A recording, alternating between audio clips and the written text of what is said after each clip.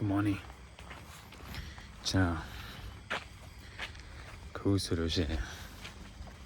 ဝါကောက်သွားနေပြီမနေ့9 နာရီပေါ့နော်ဘဝင်းချင်ဆိုလို့ရှိရင်မိနေနဲ့ဒီကနေ့ကျွန်တော်များကျွန်တော်90ရာခိုင်နှုန်းလောက်တော့သူတွေကဒီချိန်မှာမနိုးသေးဘူးဒီချိန်နိုးတဲ့သူက10ရာခိုင်နှုန်းလောက်ပဲရှိဦးမယ်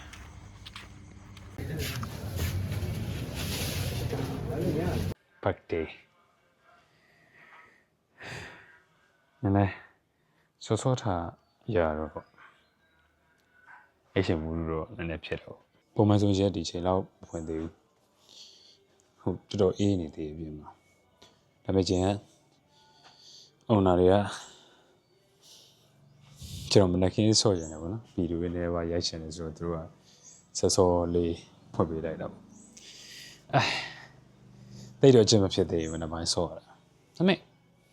ပို့ပြီးတော့ energy ပြည့်တယ်လို့မျိုးခံစားရတယ်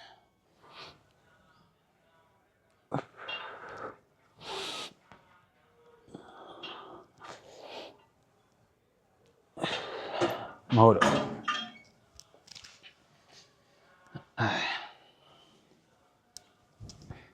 လေးတိုးရမယ်ချိန်ရောက်โอเคလည်းလေးထပ်တိုးတော့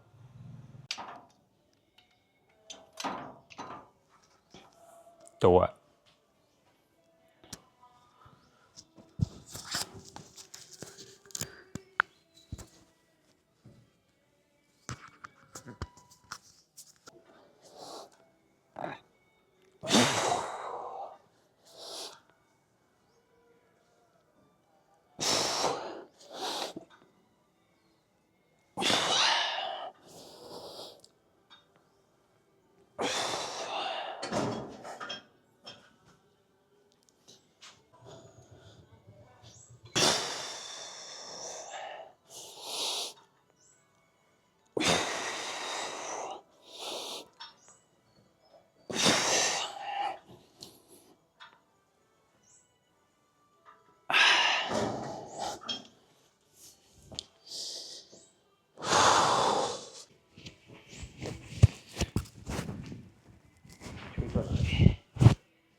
ချွေးပြန်လာရင်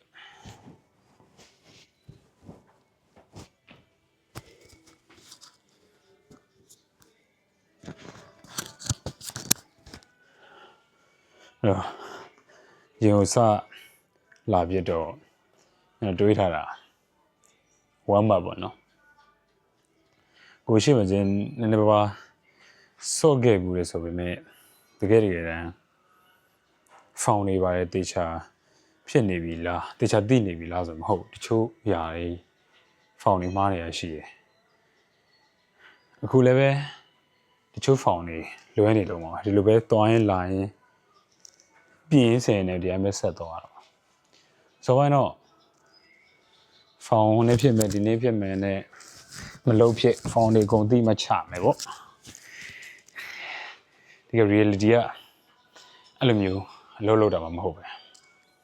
လုံးဝကိုင်းနေမှာပိုတိလာမျိုးပေါ့ကျွန်တော်ရှိမှပြောခဲ့တယ်လို့မျိုးပဲပြီးပြည့်စုံတဲ့ချိန်ဒီစောင့်မယ်အကုန်လုံးသိအကုန်လုံးတက်အဲ့ချိန်မှာသွားမှာဆိုလို့ရှင်တော့ဘယ်ချိန်မှလုပ်ဖြစ်မှာမဟုတ်တော့စစကစားချင်းတော့ဖောင်လေးပါတဲ့အတိုင်းမမှန်တာတွေကြုံတယ်အခုလည်းပဲလုံးဝပြီးပြည့်စုံသွားပြီလားအကုန်လုံးသိသွားပြီလားအကုန်လုံးမှန်သွားပြီလားဆိုရင်တော့အဲ့လိုမျိုးတော့မဟုတ်ဒီတိုင်းပဲလေးလာရင်တင်ယူရင်လေးလာရင်တင်ယူရင်လည်းပဲဒီလိုပဲရှေ့ဆက်သွားတာပေါ့ရှင်တော့စိတ်ထဲမှာတွေ့တယ်ငါဒီဖောင်လေးကိုသေချာအိမ်မှာလေးလာတယ်ပေါ့ဒီလာပါလဲကြည့်ရမှန်တယ်ဒါပေမဲ့တကယ်ကစားလဲကစားအောင်မားနေရတယ်ကြုံတာပဲဒီမှာရှိရဲ့ brother တွေရှိမယ်ဒါကျွန်တော်ဆိုရတဲ့လူမရှိသေးလို့ပေါ့လေအခုလူမရှိသေးလို့ brother တွေရှိမယ်ဒီမှာရှိနေတဲ့ trainer ကြီးလေးရှိမယ်အဲ့ဒီသူကနေပြန်တဲ့ပေးပြန်ပြင်ပေးအဲ့တော့ကိုလည်းပဲသူတို့မှားနေတာမျိုးတွေမြင်နေဆိုလို့ရှိရင်ပြန်တဲ့ပြီးပြင်ပြီးဒီလိုနဲ့ပဲတဖြည်းဖြည်းချင်းကစားလာတော့ဗတ်ဒီနေ့ကစားတယ်အကုန်လုံးရိုက်ပြန်နေလို့ရှိရင်တော့ပြီးမှမဟုတ်မတရားတဲ့တခုပေါ့ဒါ one map နောက်ဆုံးရက်ပေါ့နော်မတရားတဲ့တခုအနေနဲ့ ဒီဗီဒီယိုတင်လိုက်တာနှစ်လဆိုလို့နှစ်လလုံးစော့နေတယ်လည်းမထင်နဲ့အောင်တကယ်ဂျားထဲမှာ skip လိုက်တဲ့လက်ဒေးတွေပါညာဒါတွေကျန်သေးတယ်ဘာပြောဒီနှစ်လအတွင်းမှာတော့ form တွေတည်ချာလောက်လာနိုင်တယ်ပြီးတော့ကို energy ကိုလည်းကိုပို့ပြီးတော့ management လုပ်လာနိုင်တယ်ခန္ဓာကိုယ်နဲ့ပတ်သက်လာလို့ရှိရင်လည်းတော်တော်လေးကျဉ်းနှံ့မိတဲ့အထဲမှာတော့ပါတော့ဗောလေအရင်တော့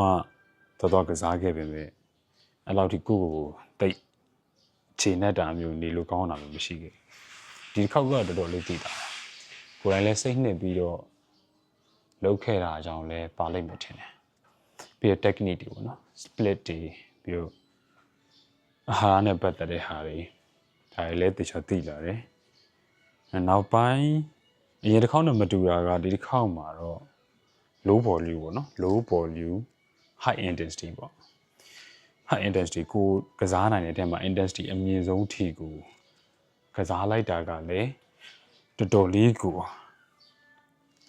အကျိုးပေးသွားတယ်လို့ပြောရမှာပေါ့အခုအမြင်ပေါ့လေဒီပြိုင်ပွဲမှာကစားသမားကြီးလိုချစ်လည်နေရမျိုးဟုတ်ပြီချစ်လည်နေရမျိုးပြိုင်ပွဲသမားကြီးတို့ biggest motherfuckers အကြီးကြီးတွေမဟုတ်ပေမဲ့လေကိုလက်ရှိအနေထားမှာတော့ကိုတော်တော်လေးအားရတယ်လို့ပြောရမှာ injury ရှိထားတယ်ပခုံးရယ်လက်ကောက်ဝေးရယ် injury ရှိတာနည်းနည်းရှူလာလေးချိန်ကနေဆိုလို့ရှိရင်တိတ်ပြီးတော့ကောင်းကောင်းမဆော့နိုင်